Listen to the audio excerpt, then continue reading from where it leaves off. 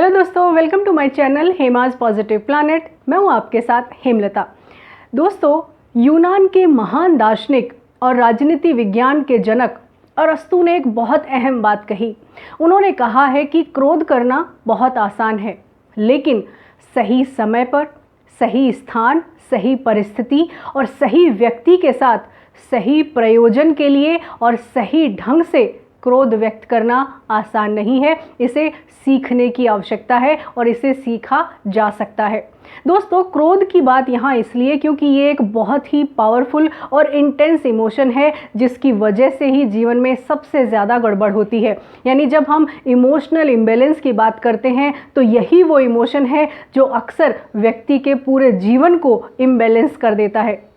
दोस्तों, पिछले वीडियो में आप जान चुके हैं कि इमोशनल इंटेलिजेंस हमारे जीवन में कितनी महत्वपूर्ण है हमारे लिए, और साथ ही साथ आप ये भी जान चुके हैं कि आप खुद को अगर चेक करना चाहें तो वो 5 एलिमेंट्स कौन से हैं जिनको जानकर आप खुद को चेक कर सकते हैं कि इमोशनल इंटेलिजेंस की एबिलिटी आप में कितनी है।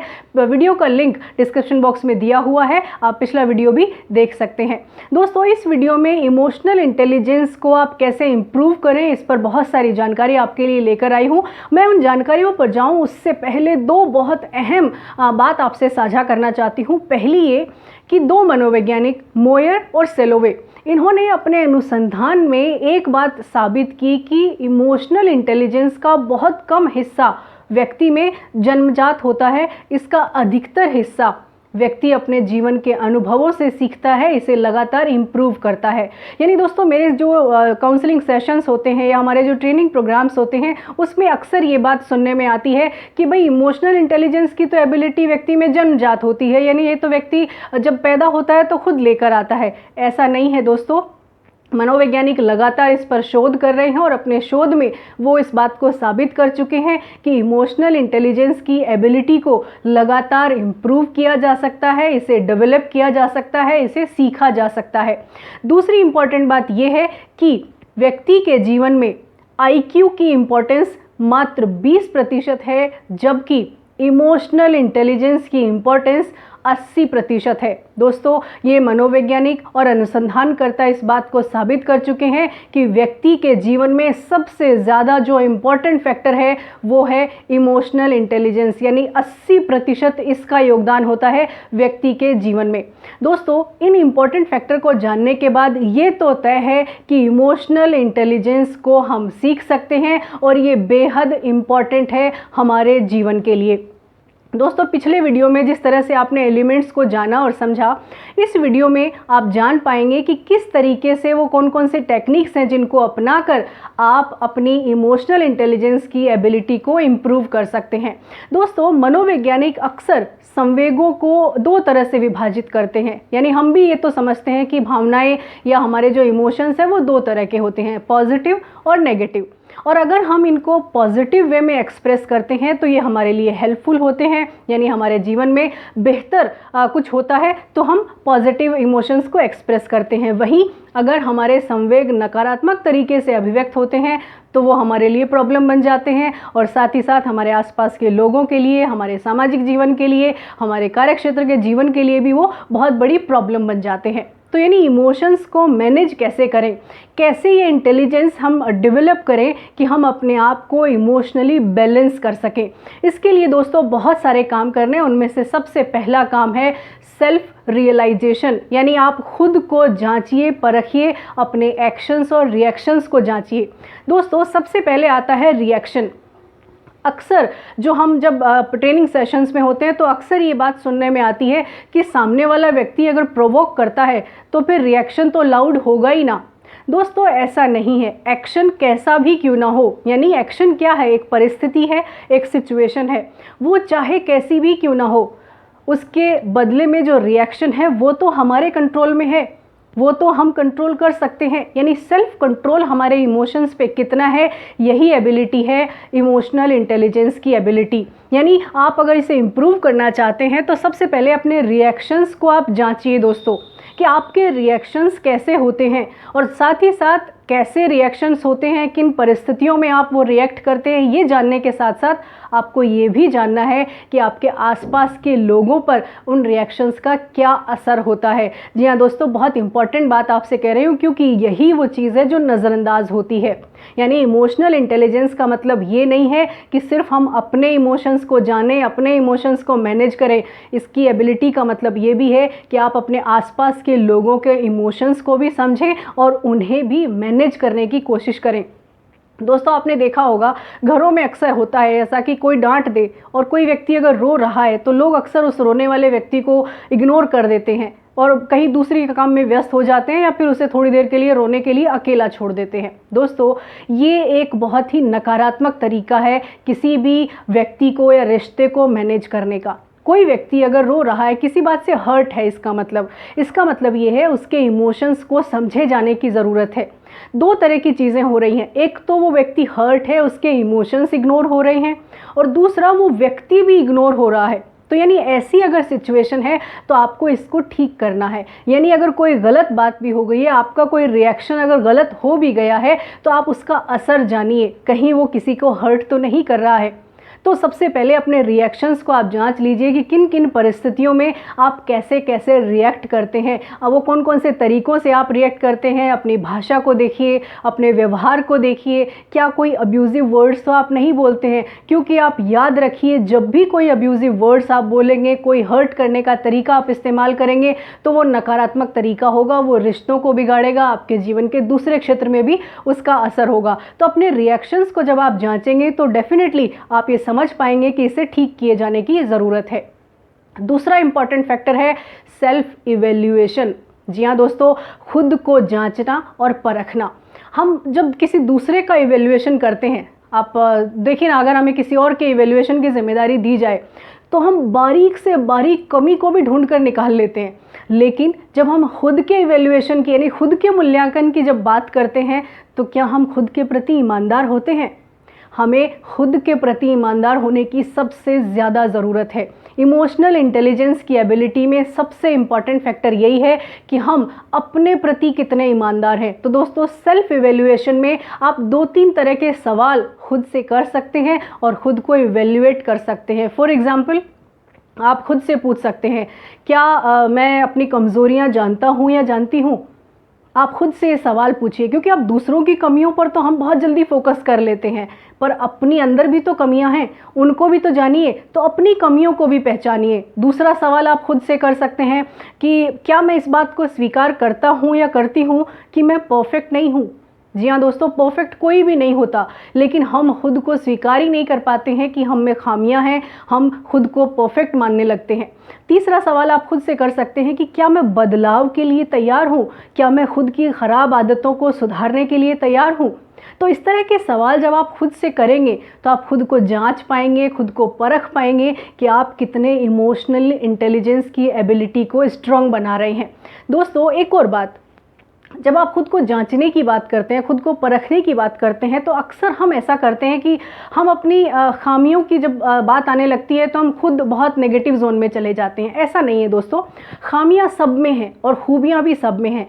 हमें क्या करना है, खामियों को सुधारने का प्रयास करना है और खूबियों को निखारने का प्रयास करना है। यही तो इमोशनल बैलेंस बनाना है। अगर कोई खामी है, कोई कमी है, तो उसे सुधारने की कोशिश हो, और अगर कोई खूबी है जिस क्षेत्र में आप बेहतर हो सकते हैं, उसे आप और बेहतर बनाइए, उसे आप और निखारिए। तो ये सेल्फ इवैल्यूएशन जब आप करेंगे तो आपको बहुत अच्छे से समझ में आएगा। थर्ड पॉइंट पे आते हैं। थर्ड पॉइंट है, आप अपने एक्शंस और रिएक्शंस की जिम्मेदारी लीजिए। दोस्तों, रिएक्शंस को आपने जांच लिया है, परख लिया है, अब अपने एक्शन रिएक्शन की जिम्मेदारी भी लीजिए। आप बहाना ना बनाइए कि फला व्यक्ति ने ऐसा कहा था इसलिए मैंने ये रिएक्शन दिया, फला व्यक्ति का ऐसा एक्शन था इसलिए मैंने ये रिएक्शन दिया। ऐसा नहीं करना है। अपने एक्शन, अपने जो भी व्यवहार है, आपका जो भी भाषा आप इस्तेमाल कर रहे हैं, वो संयमित रखिए, उसकी जिम्मेदारी आप लीजिए। और अगर आपने कोई गलत व्यवहार कर भी दिया है तो माफ़ी मांगने से ना चूकिए, क्योंकि दोस्तों अगर माफ़ी नहीं मांगते हैं तो रिश्ते बिगड़ जाते हैं। तो सबसे पहला काम ये करिए, आप अपने आप को उस जोन में रख कर देखिए कि अगर ये मेरे साथ व्यवहार होता तो मुझे कैसा महसूस होता। और जब आप इस तरह से सोचेंगे तो डेफिनेटली अपने इमोशंस को तो मैनेज करेंगे ही, अपने आसपास के रिश्तों के इमोशंस को भी आप मैनेज कर पाएंगे। इसके बाद नेक्स्ट पॉइंट आता है, एम्पैथेटिक बनिए। एम्पैथेटिक बनने का मतलब ये है, समानुभूति की बात मैंने पिछले वीडियो में भी आपसे की थी। यही वो इम्पॉर्टेंट फैक्टर है कि आपको सामने वाला व्यक्ति क्या महसूस कर रहा है, यही तो देखना है। क्योंकि जब आपके क्योंकि दोस्तों जब हम इमोशनल इंटेलिजेंस की एबिलिटी को इम्प्रूव करने की बात करते हैं ना, तो सबसे पहले हमें खुद को ही तो सुधारना है। हम सामने वाले को बदलाव के लिए तैयार करें, उससे पहले उस बदलाव के लिए हमें खुद को तैयार करना है, यानी एम्पैथेटिक बनना है। आपके एक्शन, आपके रिएक्शन की वजह से अगर किसी को हर्ट हुआ है तो क्या आप माफ़ी मांगने के लिए तैयार रहते हैं? क्या आप माफ़ी मांगते हैं? और अगर आप माफ़ी नहीं मांगते हैं तो आप सोच कर देखिए आप कितना हर्ट कर रहे हैं। ये तो आग में घी डालने वाली बात हुई कि एक तो बात बिगड़ गई है, दूसरा आप सुधारने का प्रयास भी नहीं कर रहे हैं। यहाँ पर एक इम्पॉर्टेंट बात कहूँगी दोस्तों, अक्सर जो मेरे काउंसलिंग सेशंस में देखने में आती है कि लोग माफ़ी नहीं मांगते, लोग रिश्ते अगर रूठ गए हैं तो मनाते नहीं हैं, ईगो बीच में आ जाता है। दोस्तों अगर रिश्तों में ईगो आ गया तो फिर इसका मतलब ये है कि आपको इमोशनल इंटेलिजेंस की एबिलिटी को सुधारने की ज़रूरत है, उसे इम्प्रूव करने की ज़रूरत है। क्योंकि अगर ईगो है तो आप इमोशनली इम्बैलेंस होने की कंडीशन में है, और अगर ईगो नहीं है इसका मतलब आप इमोशनल इंटेलिजेंस की एबिलिटी आपकी स्ट्रांग है, आप उसे और इम्प्रूव कर सकते हैं। तो दोस्तों ईगो को साइड में रखिए और रिश्तों को प्राथमिकता में लाइए, तो आप इमोशनल इंटेलिजेंट बन सकते हैं। अब नेक्स्ट बात आती है कि आप अपने रिश्तों की, दूसरों की वैल्यू करिए। हम यही तो नहीं करते हैं। कई बार हम टेकन फॉर ग्रांटेड ले लेते हैं, यानी घर हो या बाहर हो, जो हमारे आसपास के रिश्ते होते हैं वो हमें इतने ज़्यादा नज़र आते हैं कि हम उन्हें नज़रअंदाज करने लग जाते हैं, और यही वो वजह होती है जिसकी वजह से इमोशंस हर्ट होने लगते हैं। इमोशनल इंटेलिजेंस वो इम्पोर्टेंट फैक्टर है दोस्तों, जीवन का सबसे महत्वपूर्ण पक्ष है भावनात्मक पक्ष, और इसी को अगर हम नज़रअंदाज करते हैं तो इसका मतलब ये है कि हम अपने रिश्तों पर काम नहीं कर रहे हैं। दोस्तों आप देखिए ना, पूरी दुनिया में कितनी प्रॉब्लम बढ़ रही है, डिप्रेसिव डिसऑर्डर बढ़ रहा है, मानसिक अवसाद की स्थितियां बढ़ रही हैं, और उनमें सबसे इम्पॉर्टेंट पार्ट क्या है? इमोशनल फैक्टर, यानी इमोशनल इंटेलिजेंस की अवेयरनेस की कमी की वजह से लोग इमोशंस मैनेज नहीं कर पा रहे हैं, अपने अपनों को वो समझ नहीं पा रहे हैं और प्रॉब्लम्स बढ़ती जा रही हैं। तो अपने अपनों की, अपने रिश्तों की वैल्यू करिए, और ख़ासकर उनके इमोशंस की भी वैल्यू करिए। वो चाहे अच्छे हैं या बुरे हैं इमोशंस, आप उन्हें समझिए और समझकर उन्हें मैनेज करने की कोशिश करिए। क्योंकि अगर इमोशंस समझेंगे नहीं तो वो अंदर ही अंदर व्यक्ति घुटता रहेगा उन इमोशंस में, वो एक्सप्रेस नहीं कर पाएगा, और यही वो स्थितियां होती हैं जब व्यक्ति शारीरिक रूप से और मानसिक रूप से बीमार हो जाता है, और वो स्थितियां बहुत ही दुखदायक होती हैं। तो अगर इमोशनल इंटेलिजेंस की एबिलिटी को आप इम्प्रूव कर लेंगे तो इन सारी परिस्थितियों से बचा जा सकता है। अब एक और इम्पॉर्टेंट बात आती है कि इमोशनल इंटेलिजेंस की एबिलिटी को इम्प्रूव करने के लिए जिस चीज़ की ज़रूरत है वो है अपने रिश्तों की आकांक्षाओं, इच्छाओं को जानना और समझना। दोस्तों आप जानते हैं हर रिश्ते की कुछ इमोशनल नीड्स होती हैं, कुछ एक्चुअल नीड्स होती हैं। एक्चुअल नीड्स को आप ऐसे समझ सकते हैं जैसे जो भी बेसिक नीड्स होती हैं, रोटी कपड़ा मकान, यानी जो भी जीवन जीने के लिए जो ज़रूरी चीज़ें हैं वो एक्चुअल नीड्स में आती हैं। इग्नोर होती हैं तो इमोशनल नीड्स। जी हाँ दोस्तों, रिश्तों में इमोशनल नीड्स को इग्नोर कर दिया जाता है, जिसकी वजह से प्रॉब्लम क्रिएट हो जाती है। और जिस चीज़ को मैनेज किए जाने की ज़रूरत है वो है इमोशनल फैक्टर, यानी हमारे रिश्तों का जो भावनात्मक पक्ष है उसी को मैनेज करने की ज़रूरत है। और उसको मैनेज करने के लिए इमोशनल इंटेलिजेंस की एबिलिटी को सीखना बेहद ज़रूरी है। हर रिश्ता अगर टिका है तो इमोशनल कनेक्शन की वजह से दोस्तों टिका हुआ है। अगर वो इमोशनल कनेक्शन नहीं है, अगर वो इमोशनल पार्ट अगर इग्नोर हो रहा है तो कहीं ना कहीं रिश्ता कमज़ोर हो रहा है। रिश्ते हमारे यहाँ निभाते तो बहुत हैं, लेकिन अंदर ही अंदर कई बार वो घुटन में आ जाते हैं, और फिर बाकी जो प्रॉब्लम्स हो जाती हैं वो आम बात हो गई है, जो कि हम अक्सर देखते हैं। तो इमोशनल इंटेलिजेंस की एबिलिटी को इम्प्रूव करने के लिए आप इमोशनल नीड्स पर भी फोकस करें। अपने रिश्तों की क्या क्या इमोशनल नीड्स हैं उनको आप ध्यान में रखें, उन्हें फोकस करें और बातचीत करें। लास्ट फैक्टर आता है दोस्तों, गुड लिसनर बने। अक्सर हम क्या करते हैं, अनसुना करते हैं, और इस पर मैंने मेरे वीडियोस जो है वो डिस्क्रिप्शन बॉक्स में दिए हुए हैं, how to be a better listener. आप कौन कौन सी मिस्टेक्स करते हैं, आप कैसे अच्छे लिसनर बने, डिस्क्रिप्शन बॉक्स में वीडियो है, आप जाकर देख सकते हैं। गुस्सा भी एक बहुत बड़ा फैक्टर है, आपको कूल और काम बने रहने की भी ज़रूरत है, उसका भी डिस्क्रिप्शन बॉक्स में वीडियो दिया हुआ है। आप गुस्से के ट्रिगर्स कैसे पहचानें, आप गुस्सा कैसे कंट्रोल करें, ये वो सारे फैक्टर हैं दोस्तों जो इमोशनल इंटेलिजेंस की एबिलिटी को स्ट्रॉन्ग करने के लिए बेहद ज़रूरी है। दोस्तों इसको लेकर बहुत कम अवेयरनेस है, और यही वो वजह है कि आजकल हम यंगस्टर्स में बहुत सारी प्रॉब्लम्स देख रहे हैं। वो इमोशनली इम्बैलेंस हो जाते हैं, और फिर जो दूसरे तरह के जो गलत काम हैं उनमें वो फंस जाते हैं, और फिर उनकी ज़िंदगी कहीं ना कहीं प्रॉब्लम्स में उलझती चली जाती है।